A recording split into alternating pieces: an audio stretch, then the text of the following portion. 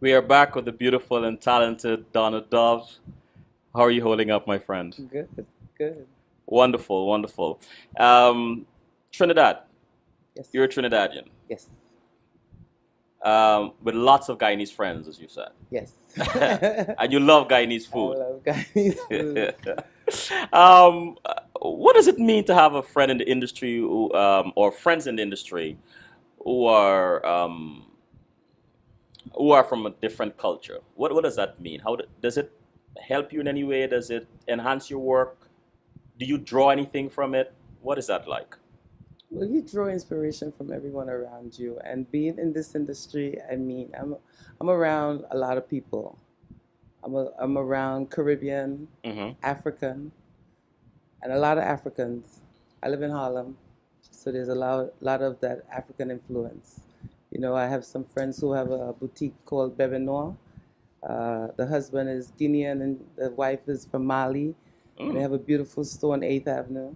So that's where everybody hangs around. That's where I, sell, put my designs in their store and I sell my stuff there. Um, the Caribbean is always there, hmm. like even living in Brooklyn, when I used to live in Brooklyn, you have the Trinidadians, you have the Guyanese, Uh-huh. Grenadians, Panamanians, back in the days when we used to party, you would see everyone coming out looking their best, and we talking about dressing, because everybody have their tailor, Right. so that fashion's happening, with me happening in Brooklyn, Uh-huh. with the different, groups of people from different islands. So yeah, the influence is crazy. Good. It's nice, beautiful. I'm gonna go to the chat room. Jen said, asks, "What kind of woman and man do you design for?" Okay, I'm looking for that individual that wants to come out of the box. You want to wear a two t-shirt shirt and and have people come up to you and say, "What's that?" And be not be shy about it and say, Right. "Oh yes, this is two shirt. I've made shirts, outfits out of 11 shirts. So and four shirts and six shirts. So it's a person who wants to showcase themselves, Ah. show off themselves. Um, it's not a frock. It's not a shirt and a skirt or pants. It's definitely an art piece. So No. that person who wants to look different. Thank you.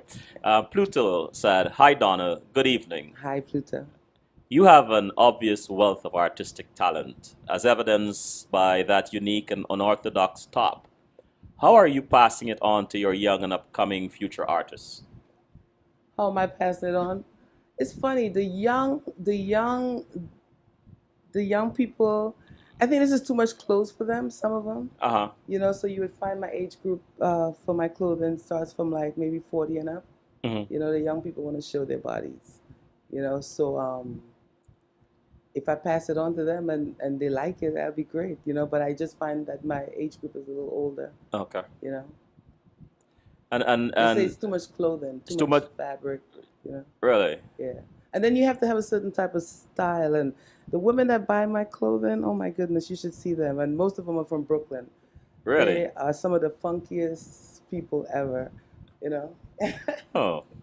And Tracy's asked, "What aspects of fashion design do you incorporate into furniture design, and vice versa?" Mhm. Well, everything is coming from the wearable art. So I do pillows, any surface that I could put my art on, pillows, shower curtains, sheets, anything that has a smooth surface and I could draw on it. Hmm. I draw. Okay. And Mark asks, "What is your favorite part of the design process?" The creating part. The creative Yeah, part. getting that idea and can't wait to just rush to the table or whatever to sit down and make it come alive. Early on, you at the beginning of the show, you spoke about your mom Hmm. and how much she impacted on you, and you smiled, you lit up, and you're a mother. So how has being a mother shaped your artistic work and business? Ooh, that's quite interesting. Well, the fact that when my daughter was quite young, I worked in the industry. Um, Having a daughter is special because you can put make all kind of clothes and put all kind of crazy things in her. So from I did a lot of guinea pigging on her. So I Okay. did children's wear also. Oh, So really? she grew with me while I was doing what I was doing. Mm-hmm. So and then we were a big family. She understands what I do. So it was important for me to do what I do and let her see what I'm doing. Okay. Wow. I guess that's probably one way to answer Pluto's question. By her observing you, Yes. it's passing down. Yes, it Yeah. definitely is. What I do with her, she writes poems, so I actually put her poems on my shirt. Oh, I really? would just write it on the shirt, so she has a part of the whole I like that. the whole scheme of things. Yeah. Can you tell us how your spirituality has influenced your work? Oh wow. Well, at this stage in my life, Mm-hmm. everything comes almost full circle. And you experience things, you go through things, and you understand life. Mm-hmm. So just being positive, going after what you want, knowing that anything you want is out there. Mm-hmm. I believe in magic. I believe in positive thinking. I think that's why I was so, I was looking forward to coming here to doing this show because, just by talking to you on the phone, I was like, wow, this guy is so connected too, we can talk on the same, on the same level. But life is beautiful. Mm-hmm. Life is simple, and I've learned that. And I try to live a certain way.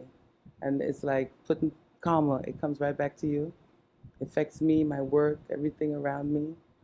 So it's walking blissfully and getting glimpses into just something so nice, which is life.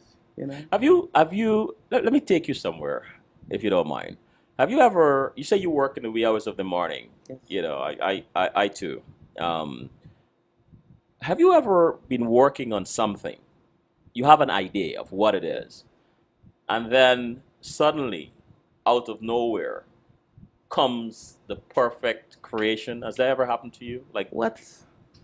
What? That happens all the time. That happens all the time. I remember working on I worked with Byron Lars. He's one of the and is one of the top black designers on Seventh Avenue. mm, And he specializes in shirt designs and working with shirts.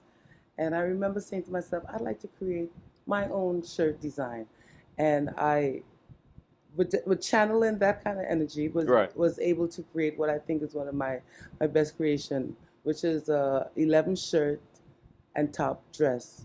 The skirt is made out of 11 shirts and the top one shirt. And when it came, and it's all about channeling because I just think it was just passed on to me. I'm not gonna sit here and take all the Right. the Right. I hear. the I hear. credit, because when it came, I was like, wow, what is this? But I'm seeking, I'm looking, Uh-huh. I want something different. you know I don't want my as we talked about my design to look like everybody else Hmm. design. It has to be distinct. And that's what happened with just channeling. I'm wanting something different and being creative and just working at it and putting 11 it out there. shirts. 11 shirts, I yeah. mean, It really. falls to the floor. It's beautiful, and each one of those shirts has my designs on it. And I've made a wedding dress for a client out of it.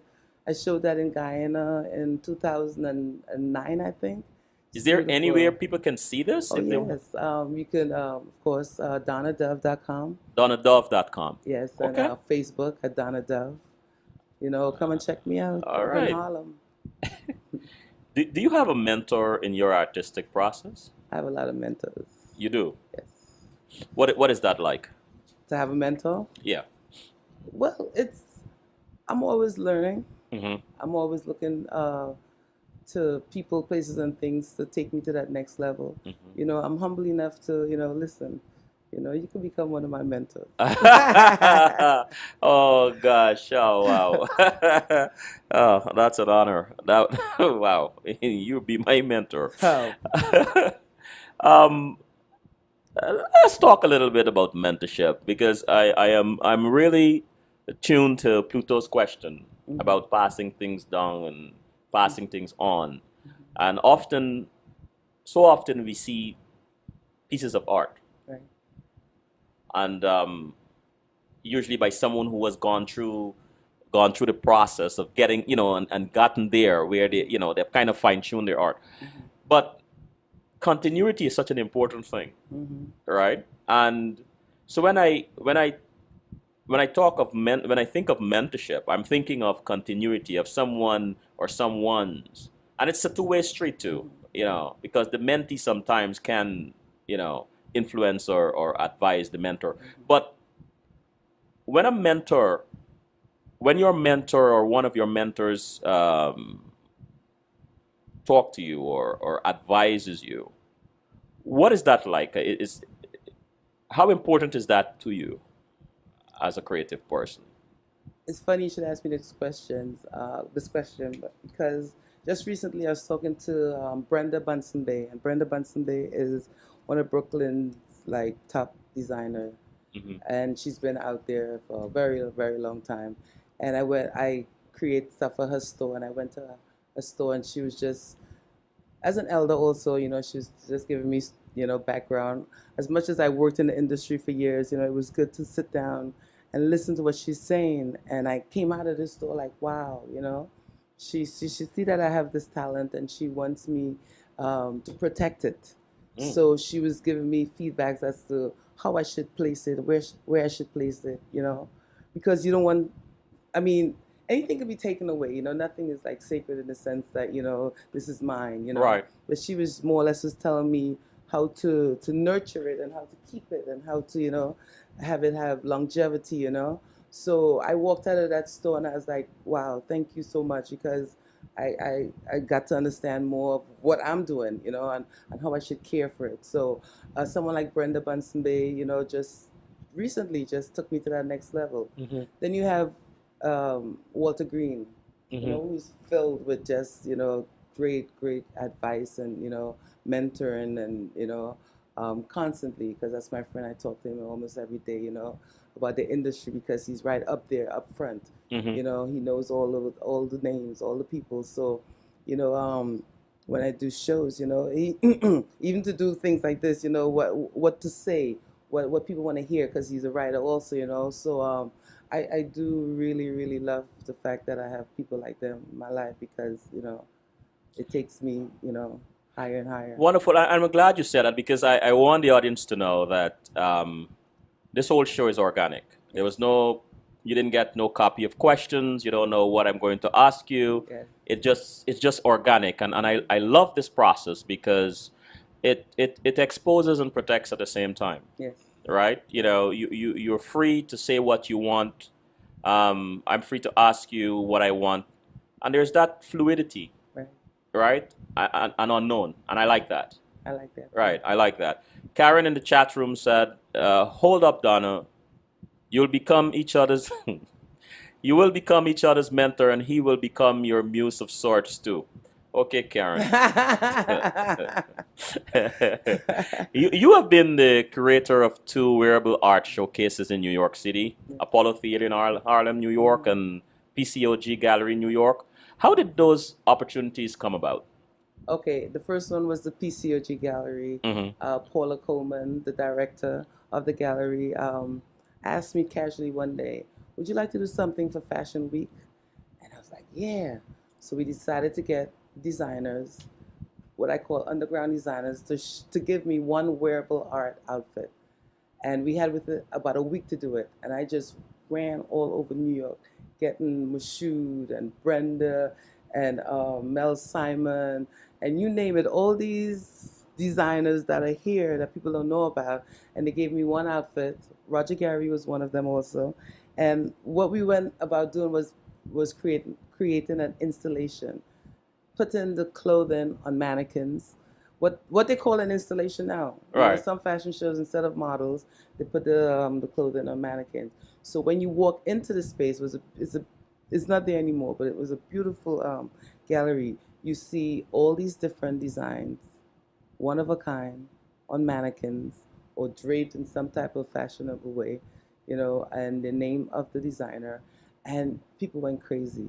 The second one was at the Apollo Theater, and that was great too. It was in the lobby Uh-huh. and again, I got more designers to give me, stuff that looks different. and people was able. There was a big fashion show being held inside, so when they walked through the lobby, they was able to see these great designs, and You know, I'm sitting here enthralled by what you're saying, and what comes to mind is the importance of two things: communication and relationship. hmm And you sat there, you said, well, you know, I ran here, I ran there, and I met this person and that person. I asked them for this and I got it. And I'm sitting thinking, wow, that's that's amazing. To be able to just reach out to somebody, the Roger Gary and Mel Simon and whoever it is, and they it's give you work. pieces. hmm How important in this industry is relationship? Oh, very important. Hmm. You don't want to step on anybody's toes because it's such a small industry. It pays to be nice. Hmm. It pays to have long lasting friendship, relationship. I mean, you don't even have to really like the person, but just be civil, be Be simple. nice. Wow. Because you never know what goes around comes around. You might end up going on an interview and see somebody that you cussed out. People do get to you, but I guess you got to know how to hold your tongue. So relationships is very, very important. You know. I ask this question because part of our audience are young hmm people. hmm And in every conversation, I hope that they come away with something, Yes. some pearl of wisdom, some wonderful advice that they can incorporate in their daily life, hmm you know. And so thank you for that. Thank you for You that. gotta be positive. Yeah, Gotta be Patrick in the positive. chat room said she made that song simple, but that's impressive. It is. Patrick, it is simple. I think we complicate, ourselves and the world too much. Life is so simple, you know. I'm not gonna let you get away with that. Before I take a break, give me a minute about with that. You know how we complicate things, uh, and the tell me. fact the fact that we get up in the morning Uh huh. and we have health and strength, that's like 95% of the whole thing. I like that. You have no argument from me with that. Yeah, so everything else is just simple after that. It's just go do what you have to do, and do it well. I do it well. hmm A break.